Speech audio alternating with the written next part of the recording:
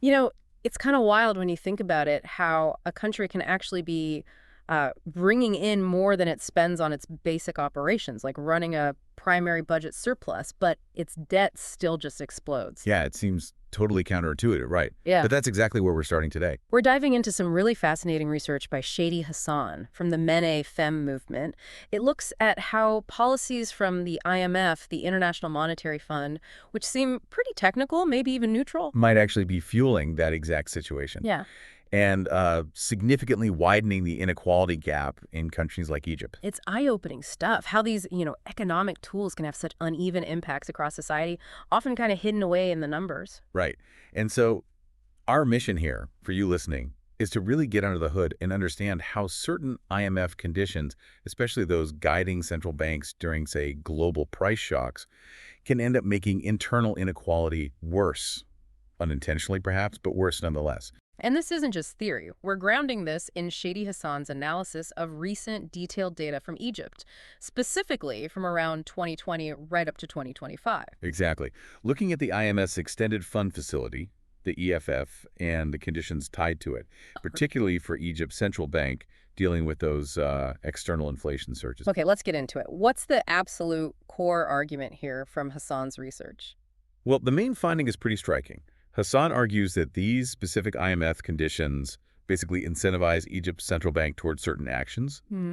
Think really high interest rates, shrinking the bank's own balance sheet, and actively trying to attract hot money. Hot money, that's a short-term investment stuff, right? Chasing high return. Precisely, like investors jumping quickly between countries for the best interest rates.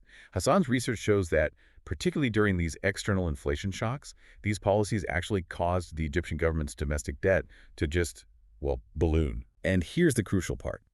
This then leads to a really significant redistribution of income within Egypt, making inequality quite a bit worse. So policies meant for stability end up driving inequality instead. Okay, let's break that down.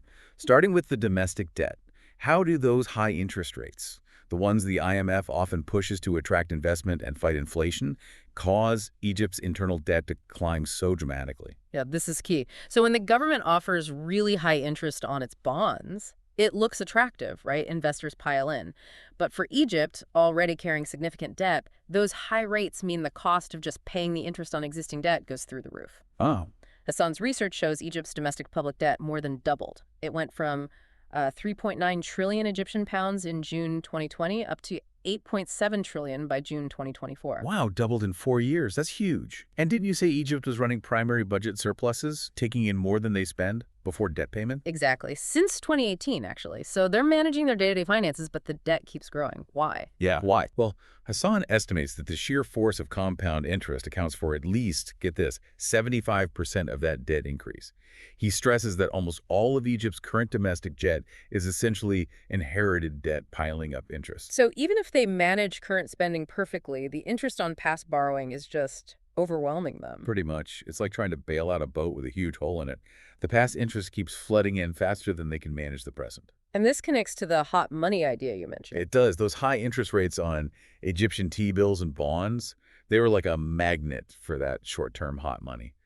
Investors poured in, reaching about 1.8 trillion Egyptian pounds by late 2024, according to Hassan's work. So the IMF policies advocating high rates kind of paved the way for these massive but potentially volatile capital inflows. But relying on that sounds risky. Why is it unsustainable? Well, it might look like a quick fix, but it comes with really high social costs. The government has to keep finding more and more money just to pay the interest. This can fuel inflation itself or lead to cuts in essential public services like health or education. Right. And as we're about to get into, it creates this major imbalance, a radical redistribution of wealth. Okay, so the debt is soaring, driven by interest, attracting unstable money. Now, how does this translate into what Hassan calls regressive income redistribution? Sounds serious. It is. This is where you really see the inequality engine at work.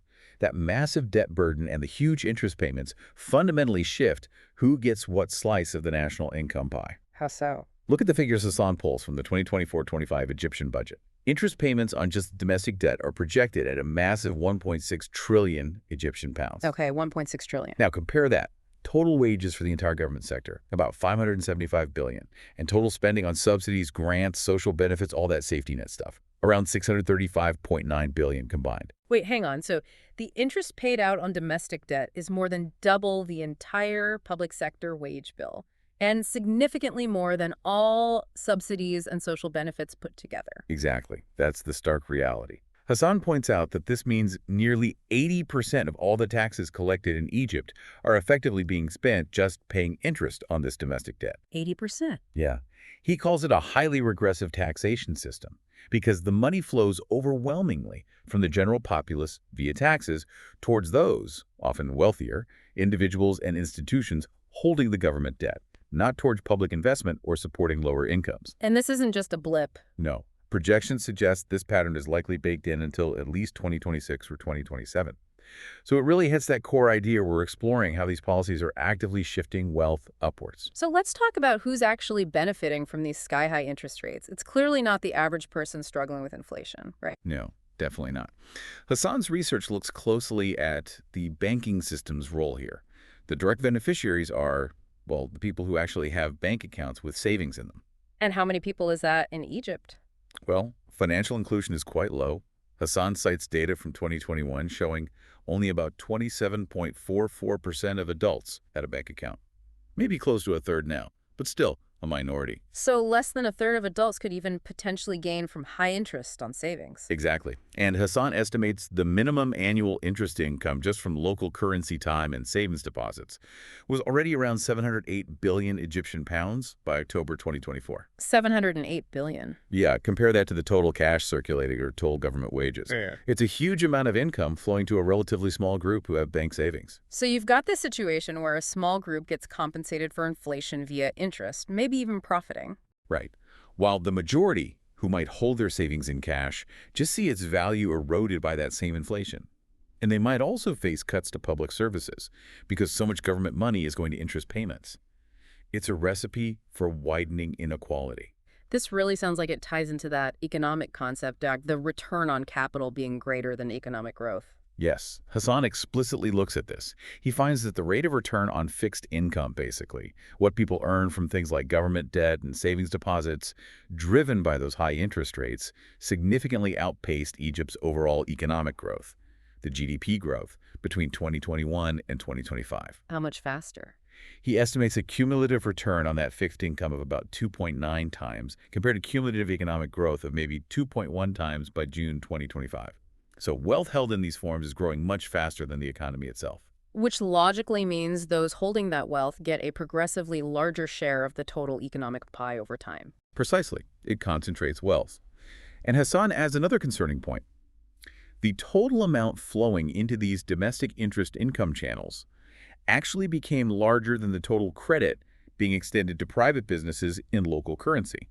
So more money was flowing towards earning interest on existing capital than towards funding new business investment. That's what the data suggests. It points towards the financial system being skewed towards rent-seeking earning returns passively rather than productive investment that could drive broader growth. Okay, but the standard IMF line is that high interest rates are needed to fight inflation.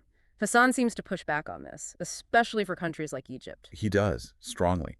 He argues that in a country with Egypt-specific characteristics, high domestic debt, low financial inclusion, hiking interest rates might not work as intended and could even backfire. How could it backfire? Well, think about those huge interest payments we just discussed, 1.6 trillion pounds. That's a massive injection of new money, liquidity, into the financial system, mostly into the hands of that wealthier segment with savings. Right. Hassan argues this can fuel demand-side inflation, especially for the kinds of goods and services that wealthier people buy. So while it might slightly dampen borrowing, it simultaneously pumps spending power into a specific part of the economy. So the inflation fighting tool might actually be adding fuel to the fire, at least in some areas. Potentially, yes. He even calculates an approximate threshold, suggesting that an effective interest rate over maybe 13.5% on savings by mid-2024 could lead to uncontrollable growth in M1, the most liquid money supply, worsening inflation. He finds it contradictory to call this massive liquidity injection part of a tightening cycle. Interesting. And does he think demand is even the main problem driving inflation in Egypt? No, he points to the trade deficit as the primary driver importing more than exporting, largely because of insufficient local production. Ah, so it's more of a supply side issue.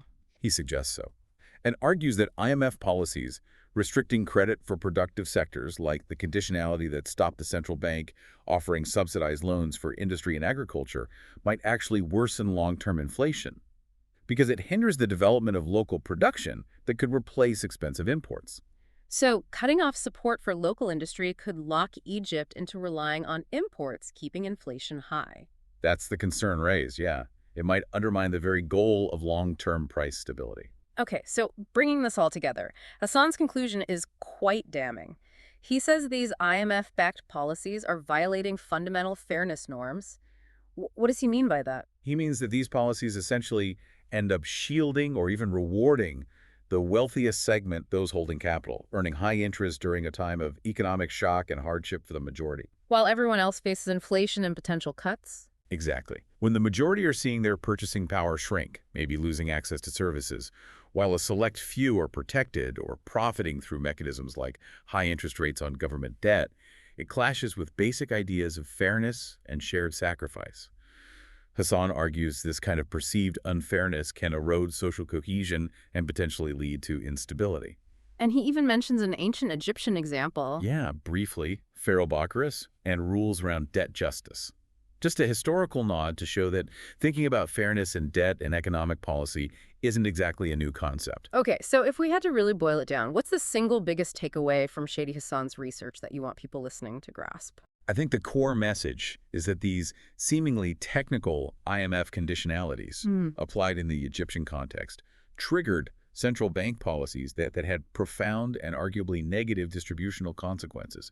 They massively inflated domestic debt, channeled income towards a relatively small, wealthier segment, and potentially undermined both long-term growth and social fairness, all while maybe not even being the most effective way to tackle the root causes of inflation there. It certainly gives you a lot to chew on, and it raises some big questions moving forward, doesn't it? Absolutely. Like, given these kinds of findings, what are the alternatives? How could international institutions like the IMF support countries facing shocks without triggering this kind of rise in inequality? Or maybe more fundamentally, how do we get better at building potential social consequences, issues of fairness, right into the design of economic policies from the start, instead of just focusing narrowly on macroeconomic targets? Vital questions. And if you want to explore this further, we definitely recommend checking out Shady Hassan's full research. You can find it via the MENAfem Movement for Economic Development and Ecological Justice. Their website is menafemmovement.org.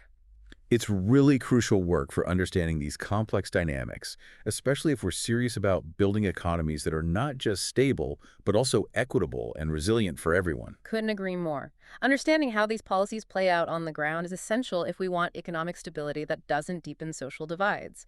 Thanks for joining us for this deep dive.